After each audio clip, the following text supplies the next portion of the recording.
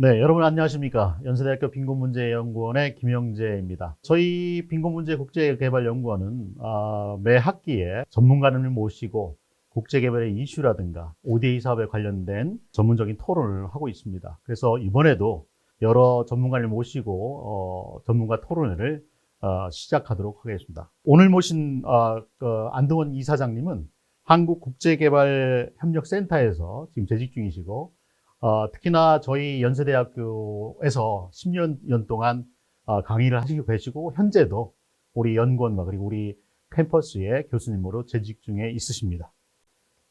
이사장님 안녕하십니까? 예, 반갑습니다.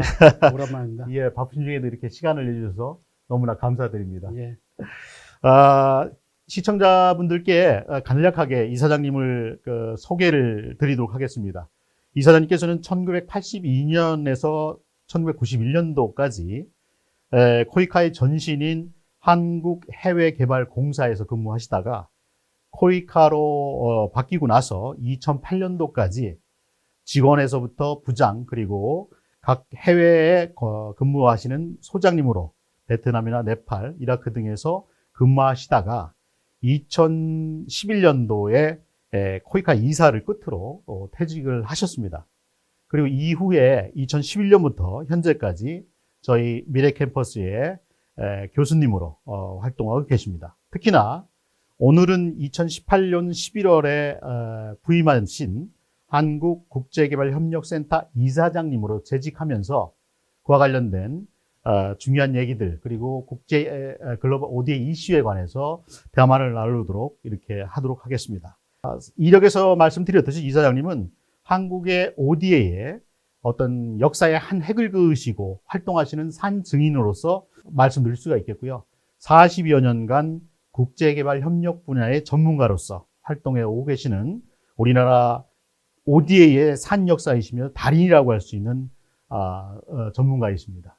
예, 앞서 소개해드린 바와 같이 안 이사장님께서는 우리 연세대학교에 오시기 전에 코이카에 거의 청춘을 다 바쳤다고 볼 수가 있는데요.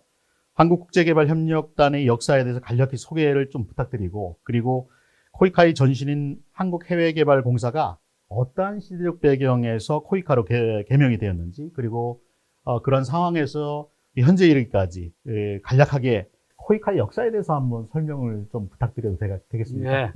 코이카는 당시 설립된 배경은 해외개발공사가 원래 간호사, 광부를 서독에 파견하고 있었는데 또 남미에 농업이민도 하고 있었죠. 근데 네. 그런 사업이 인력 송출 업무가 국내 급여가 인상됨에 따라서 세태기에 접어들었어요. 그래서 자체적으로 기능을 좀 바꿔보겠다. 이런 그 조직원들이 생각을 했죠. 그래서 어차피 해외 사업을 하던 거니까 예. 그 개발도상국 업무를 했으면 좋겠다. 개발도상국의 기술협력과 무성원조 사업을 했으면 좋겠다.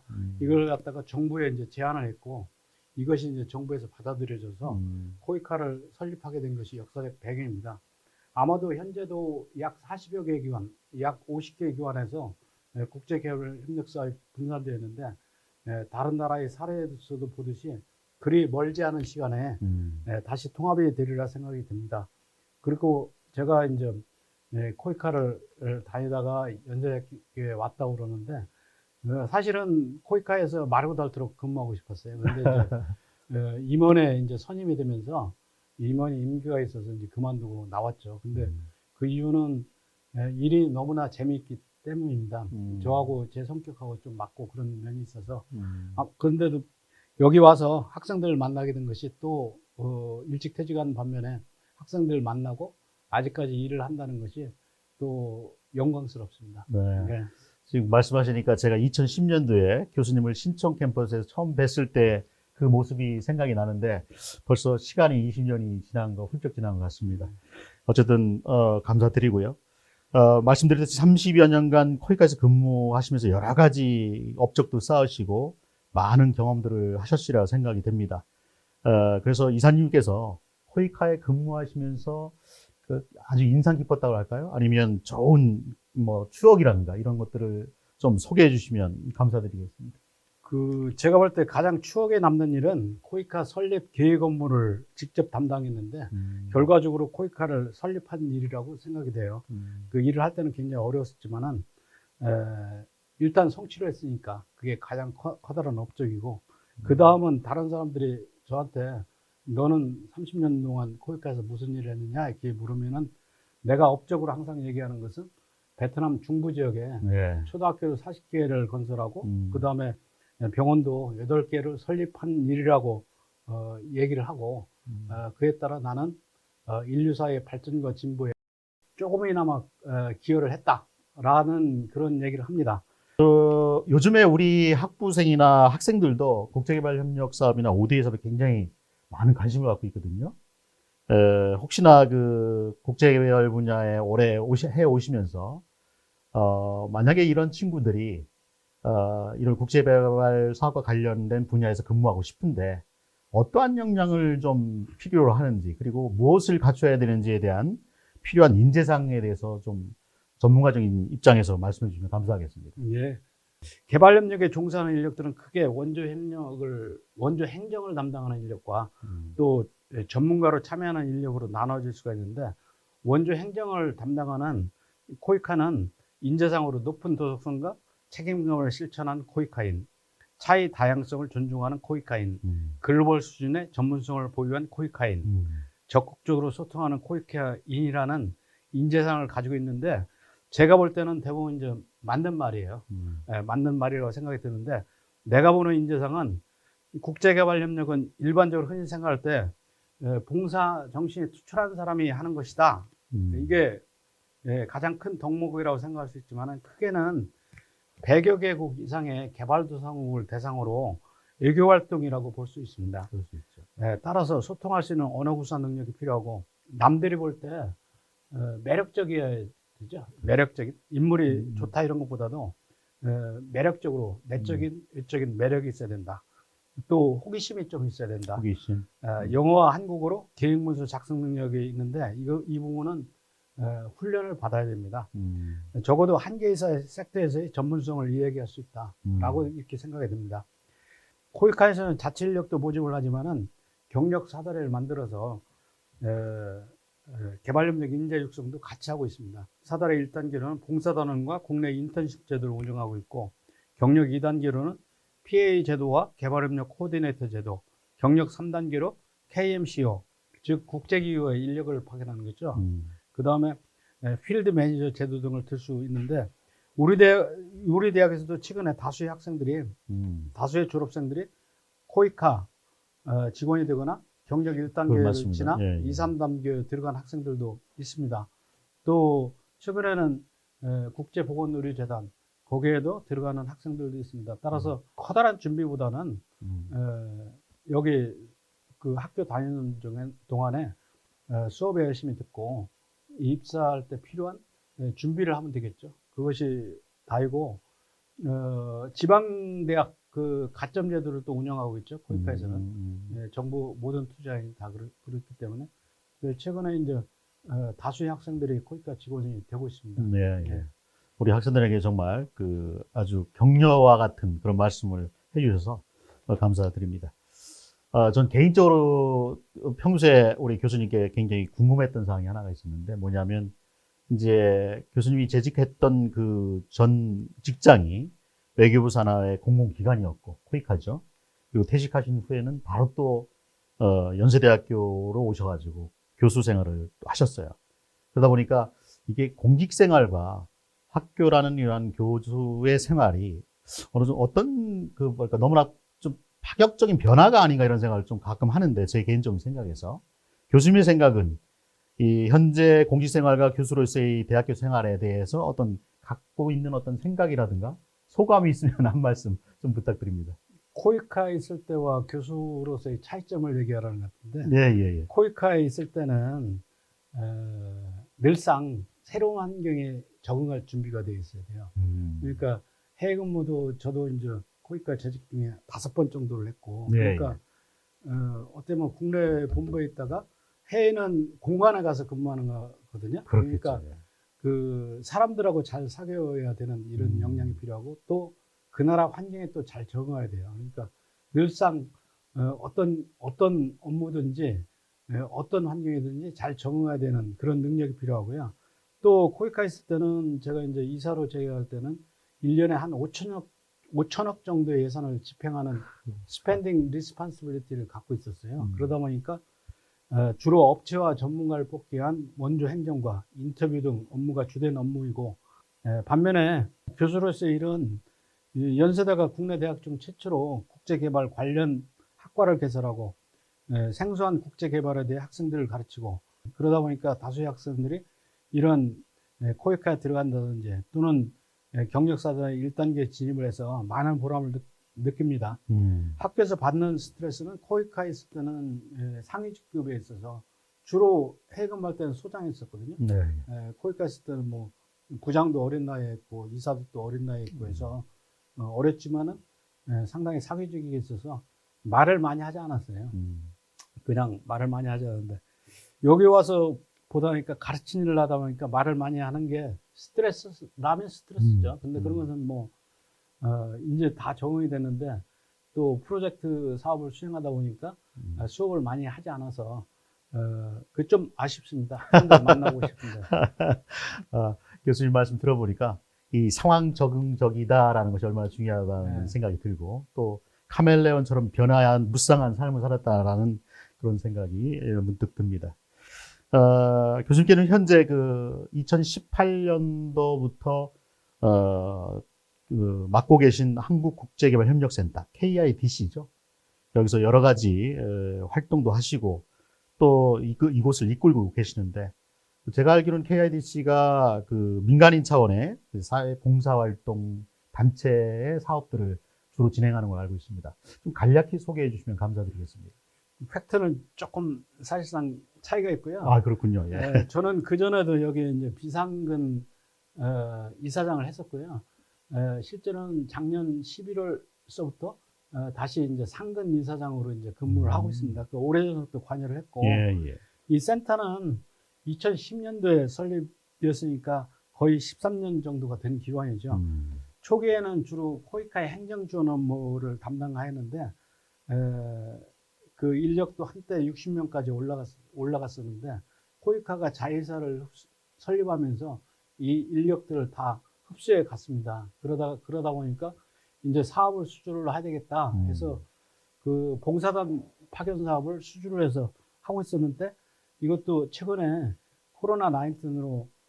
코비드 19로 봉사단 업무가 없어졌죠. 그래서 최근 한 2년 정도 어렵고 다시 이제 봉사단 파견이 재개되니까 주로 이제 프로젝트 봉사단이라고 해서 과거에는 코이카가 일반 봉사단을 뽑아서 보냈다면 지금은 어떤 목적을 달성하기 위한 봉사단을 보내고 있거든요. 그래서 그 업무를 수주받아서 하고 있습니다. 하고 있고, 그 다음에 이제 최근에 제가 이제 이사장을 맡으면서 프로젝트 사업을 한 2개 수주를 해서 컨설턴트로서 일을 하고 있죠. 그래서 이제 저는 이제 이렇게 코이카 사업을 수주받아서 수행하는 컨설팅 기관이다 보니까 자체적으로 전 직원이 다 전문가입니다.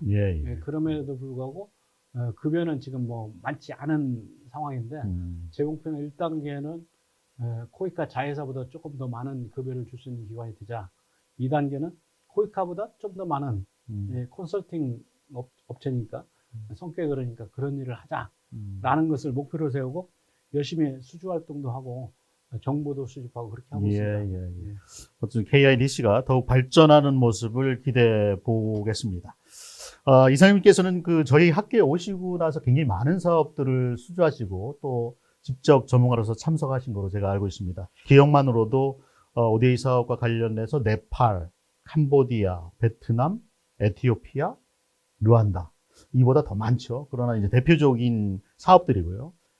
코이카에 근무하셨을 때의 어떤 그런 그 느낌과 지금 현재 이제 사업가의 전문가로서의 느끼는 것들이 좀 다르실 것 같아요. 다른 사람에 비해서. 어떤 생각 가지고 계시고, 그리고 또 하나는 제가 궁금한 게, 각 사업을 진행할 때 아무래도 전문가로서의 어떤 겪는 고충과 애로가 있을 거라는 생각이 들어서 그와 같은 것들을 좀 설명해 주시면, 간략하게 설명해 주시면 감사하겠습니다. 여기 연세대학교 와서 사업을 5개 수주를 했다고 그러는데 그거보다 더 많죠. 그러시죠. 더 많고 더 많은데, 일단 코이카 했을 때는 흔히 갑으로서의 일을 했었죠. 갑으로. 음. 그러니까 A 파티로서 일을 하고, 여기 이제 학교에서는 B 파티, 을로서 일을 하는 건데, 커다란 차이점은 없어요. 그 원래 하던 업무고, 코이카에서는 주로 이제 프로젝트 사업 관리니까 포트폴리오 매니지먼트라는 걸 하죠. 그러니까 말하자면은 사업이 제가 담당하는 사업이 ongoing 프로젝트가 200개를 담당하고 있었는데 그 사업의 진행 속도가 다 틀리고 하기 때문에 어떤 것을 빨리 당겨서 하고 어떤 걸 좀 늦추고 어떤 걸 현재대로 하고 이런 조정 업무가 주된 업무였죠. 그래서 직원들이 사업을 집행하려면은 이게 지금 단계에서는 현재 출장을 가야 되고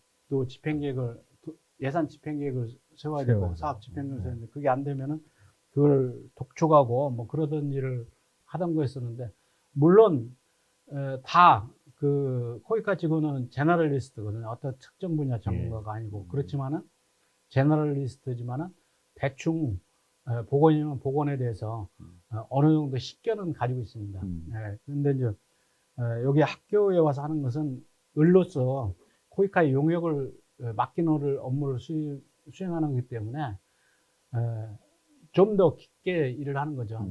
사업을 많이 하지 않지만 그 해외 늘상 나가야 되기 때문에 할 수 있는 역량도 안 돼요. 그러니까 사업을 한두 개 하면서 조금 더 깊게 다루는 거죠. 다루는 거고 그 사업을 하는 방법은 툴은 다 정해져 있습니다. 다 정해져 있지만은 제가 이제 이제까지 경험을 바탕으로 조금 더 나은 사업을 하자 이런 생각하에 제가 이제 주로 이제 PM을 맡았는데 전문가들의 일을 독려하고 어떤 식으로 하면 된다고 가이드를 하고 그런 것이 주된 일인데 그거는 뭐 코이카에서 하던 업무를 조금 축소해서 조금 깊게 하는 거기 때문에 그렇게 어렵지 않습니다. 그래서 이제 제가 할 수 있는 일이고 하기 때문에 열심히 하고 있습니다. 예, 제가 뭐 5개 사업만 소개해드렸지만 많은 사업을 하셨고 그다음에 그것들이 정말로 성공적으로 다 끝난 것으로 제가 알고 있고요. 그리고 저도 같이 경험하고 있습니다. 하여튼 훌륭하십니다. 42년 동안 ODA 사업과 관련된 전문가라서 또는 현장에서 일을 하셨어요. 저희 한국의 ODA 사업에 대해서 그리고 한국의 ODA 관련된 내용에 대해서 교수님의 어떤 고견이라고 할까? 좀 역할과 과제에 대해서 말씀해 주시면 감사드리겠습니다. 코이카에 떠난 지가 벌써 12년 돼서 그렇게 뭐 생각은 없는데 지금 이제 국제개발협력 사업이 초창기에는 코이카 설립 때 다 통합을 해서 한 군데서 하다가 지금은 개발협력 기본법이라는 것이 생겼어요. 그 법에 따라서 정부 부처나 지방단체가 다 할 수 있어요. 그래서 그 수행하는 물론 뭐 예산은 적지만은 수행하는 기관이 한 40여 개 기관이 돼요.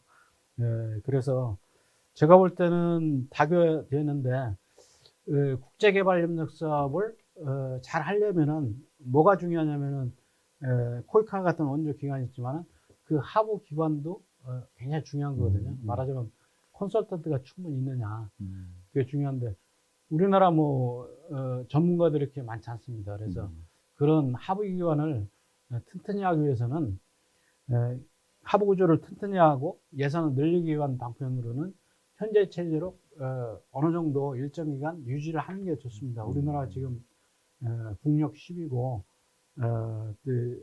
5대 예산 규모는 24개, 한 30개 다크 회원국 중에서 한 15위 정도 중간 정도 하는 기관이 나라거든요. 그래서 일단은 현재 같은 체제를 유지하다가 궁극적으로 부장이 나중에 살펴보고 부장이 커지게 되면은 그것을 통합하는 조치가 이루어졌으면 한다라는 그런 생각이 들고요.